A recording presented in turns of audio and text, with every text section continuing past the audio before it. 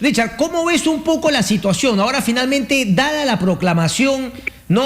Parece que, claro, el sector que se le veía muy cercano de Pedro Franque, pues no sabe muy bien a qué atenerse. Vladimir Cerrón lo convoca y la gente de Perú Libre le dice: no des ningún anuncio antes de esta reunión, este cónclave que se va a dar de Perú Libre. ¿Cómo ves un poco la situación? Porque, claro, en las declaraciones dices: Castillo debe ordenar a la casa. ¿Lo está haciendo? No, al contrario, ha sido notorio la presencia de Vladimir Cerrón, más aún recordando que llegó de un momento a otro, entre gallos y medianoche, trató de evadir a la prensa, un ocultismo bastante sospechoso. Para la reunión que tuvo, se dice que tuvieron 2 reuniones, pero fíjate, hasta ese momento se barajeaban unos nombres de personalidades que generaban un buen nivel de confianza, porque tiene que entender Pedro Castillo que va a gobernar para todos los peruanos, ya no es el presidente de solo Perú Libre o de sus votantes. Y en ese sentido lo que se ha visto después de esta reunión es que la gente allegada a Vladimir Cerrón es la que está tomando el protagonismo. Y eso lo podemos refrendar con las afirmaciones que han hecho sus voceros más importantes. Salió Guido Bellido, congresista por el Cusco, salió esta señorita Arias, salió un señor Espelucín, miembros conspicuos de representantes de Perú Libre, pero con una afirmación de que la posición de Vladimir Cerrón es la que manda en el partido. En otras palabras, el que corte el jamón en Perú Libre y en el futuro gobierno de Pedro Castillo, según lo que se va viendo, es Vladimir Cerrón. Más aún, sabiendo que este señor Roger Nájar, que está siendo voceado para ser el premier, fue el articulador con las alianzas estratégicas con los partidos que los han apoyado en la segunda vuelta. Entonces, si iba él en representación de Vladimir Cerrón para esos diálogos y ahora va a ser ministro, la pregunta cae por su propio peso. Es un ministro decorativo, Vladimir Cerrón, el poder bajo la sombra se va a seguir manifestando. ¿Dónde quedó los compromisos de Pedro Castillo de que Vladimir Cerrón no iba a participar? Que inclusive caricaturizó en un momento con expresiones como que él no iba a ser ni siquiera portero. Objetivamente lo que se está viendo es al contrario. Y cuidado que alguien hable mal de Vladimir Cerrón, automáticamente es enviado al ostracismo. Ya lo hemos visto con varios casos de personajes que han estado apoyando a Pedro Castillo. Pero qué interesante, ¿no? Porque incluso Verónica Mendoza, ¿no? Parece que ahora en vez de estar cerca del señor Castillo, acude más, ¿no?, a medios amigos para efectivamente, claro, manifestar el apoyo a la izquierda, pero una desazón con el propio Pedro Castillo, por lo que tú explicas bien, Richard, ¿no? La presencia clara de Vladimir Cerrón. Richard, ¿tú conoces a Pedro Castillo? Y digamos, ¿tienes algún elemento para poder decir si es que es factible que tengamos a un títere de Cerrón o es una persona que tiene convicciones propias? ¿Lo conoces? ¿Podrías dar fe de ello? Exitosa. Conozco a Pedro Castillo y es un amigo con el cual hemos conversado muchas veces antes de que entremos en campaña política, definitivamente, sobre todo después del paro de los maestros, donde estuve acompañándolo. Tengo el mejor concepto. El problema es que lo que se está viéndose es ese protagonismo excesivo de un personaje siniestro como es Vladimir Cerrón. Y no solamente por su sentencia, sino por todo lo que ha representado en el gobierno regional de Junín. Por un puestito de trabajo, por un ministerio. No vamos a estar ahí sobándole el hombro a Vladimir Cerrón, tenemos que ser confrontacionales. Claro, no, pero Richard, perdón, es que mi pregunta, o sea, puede ser un gran tipo para jugarte un partido de fulbito, luego tomarte una cervecita, almorzar y finalmente conversar, una tertulia, pero claro, yo te lo pregunto por ya el cargo que tiene de presidente proclamado. Entonces, mi pregunta es si es que más allá de su buen tipo, ¿no?, si es que tú lo conoces como para sentir que tiene la capacidad de gobernar él y de no ser un títere de esta figura siniestra como tú defines a Cerrón.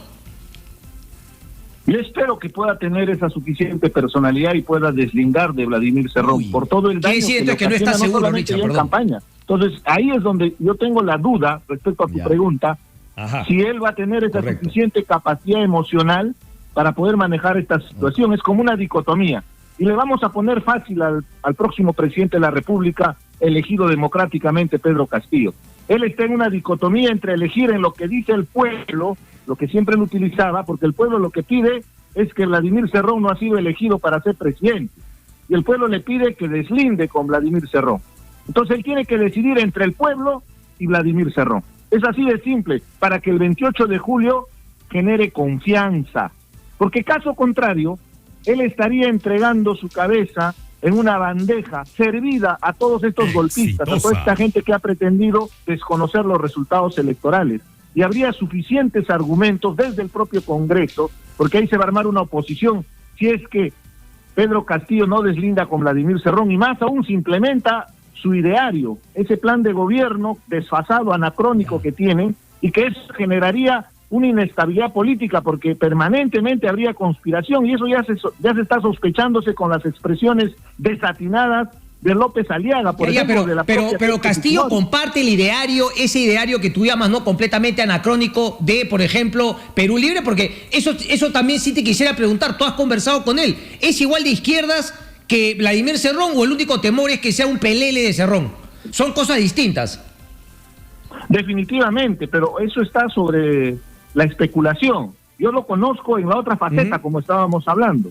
Ahora es el presidente de la República, y él tiene que entender la gran responsabilidad que tiene a cuestas, y en ese sentido debería ser muy objetivo. Si bien es cierto, va a tener la presión de los grupos radicales de izquierda que están en el entorno de Perú Libre, que le están pidiendo que haga una revolución. Por eso es que niegan, por ejemplo, que en Cuba hay una dictadura, cuando estamos viendo ahí agresión a los derechos humanos de las personas. Son gente que no razona objetivamente, más aún en una crisis como la pandemia y la crisis económica. Entonces, si él quiere congraciarse con esos sectores radicales, él va a perder la gran oportunidad de estrechar más bien puentes hacia el lado del centro, que podría conseguir algún apoyo de parte del Congreso, porque casi todas sus promesas y compromisos de campaña, Cristian, han sido relacionadas a responsabilidades que le compete al Congreso de la República. Entonces, objetivamente, si yo no tengo esa mayoría, ¿cómo voy a implementar y cómo voy a cumplir mis compromisos de campaña? Entonces, si yo me radicalizo, peor, me quedo con mis 37 congresistas, más los 5 de Verónica que los apoyan, son 42.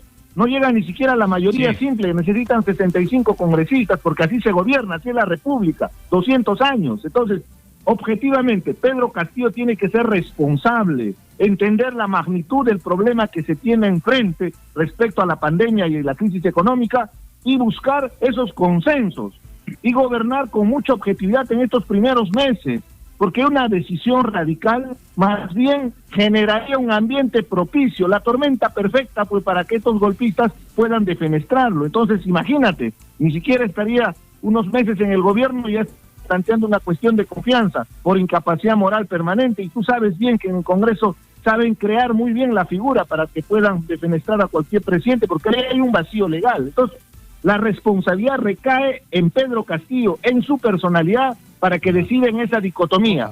O se queda con Vladimir Cerrón o se queda con el pueblo, esa entelequia que él mismo ha creado. Interesante. Aunque, bueno, Richard, el Congreso de la República, porque entonces te parece que el gabinete va a definir justamente esa dicotomía que tú planteas, ¿no? O con Cerrón o con el pueblo. En el Congreso de la República, más allá ya de Castillo, de Perú Libre, de cara finalmente a lo que le conviene al país, ¿quién crees que debería prescindir de presidir la mesa directiva? ¿Quiénes deberían conformar la mesa directiva? ¿Quién ser el próximo presidente o presidenta del Congreso? Debería ser una mesa de consenso, pero de oposición, definitivamente, para que se genere el equilibrio de poderes. Porque eso es democracia. La democracia significa un control de ambos poderes, y para eso existen los mecanismos constitucionales, aunque con algunos vacíos legales, como te acabo de describir, respecto a la incapacidad moral permanente, que es una caja de sastre. Entonces, esperemos que Pedro Castillo entienda ese mensaje por el bien del país.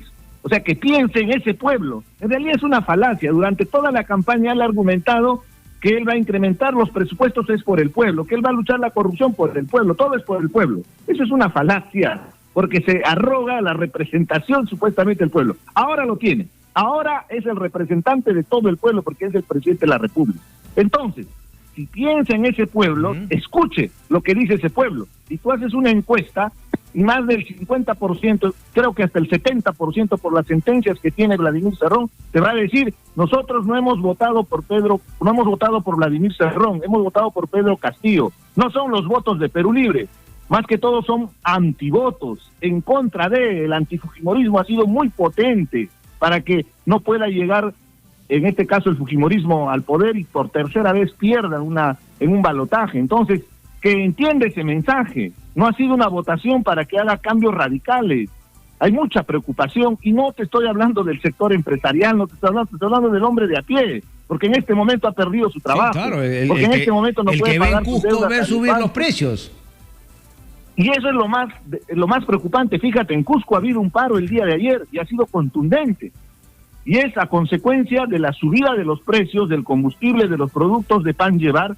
Y cuando ellos hablan de prohibir las importaciones, ¿te imaginas el efecto rebote que tendría en nuestra economía si ya el precio del pollo está subiendo, está sobre los... Pero ¿tú has escuchado a alguno de ellos pronunciarse respecto de lo que ha pasado en Cusco, Richard?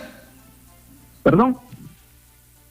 ¿Has escuchado a alguien de Perú Libre o al señor Castillo pronunciarse respecto de lo que ha ocurrido en Cusco? Siguen celebrando no sé qué, o sea, parece que no hay esa premura, esa urgencia por empezar a dar esas señales que tú planteas, ese ordenar la casa. Exitosa. Es una obligación, más aún sabiendo que solo tienen una semana de transición. Esto va a ser una entrega de postas, no va a haber ninguna transición. Lamentablemente, por la necedad de Keiko Fujimori, vamos a tener un proceso de entrega de postas, o sea, simplemente te entrego la llave del ministerio y tú hazte cargo. Entonces, más bien yo tomo la palabra del presidente Sagasti, que ha dicho que va a dar todas las facilidades y pueden quedarse un mes más. Yo creo que sería lo más saludable, porque si para hacer una transferencia de un cargo en nuestros trabajos particulares es todo un procedimiento, desde la revisión de los archivos documentarios, temas presupuestales, imaginas la transferencia de un país. Es realmente preocupante. Entonces, genere confianza, profesor Pedro Richard, me tengo que ir, yo te agradezco como siempre, pero creo que no conversé contigo desde la segunda vuelta. ¿Al final votaste por Castillo? Lo digo con la mejor intención. Brunasimiper y Mamusa, Guayque, Ama Chainá Chucae. Estoy diciendo, soy tu hermano, no seas así, escucha, porque es importante. Correcto, pero votaste por Castillo al final, en la segunda vuelta, claro. Histórica. Richard. Sí. No, yo te preguntaba, ¿al final votaste por Pedro Castillo en la segunda vuelta?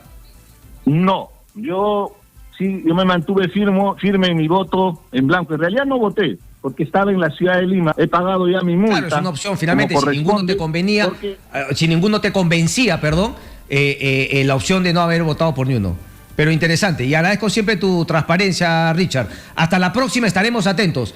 Columna semanal de Richard Arce en Perú 21. No se la pierdan. Un abrazo, Richard Arce, gracias. Esperemos que le vaya bien al profesor Pedro Castillo, Cristian. Yo terminaría con eso, porque hay que desearle éxito, porque el éxito de Pedro Castillo... Es lo que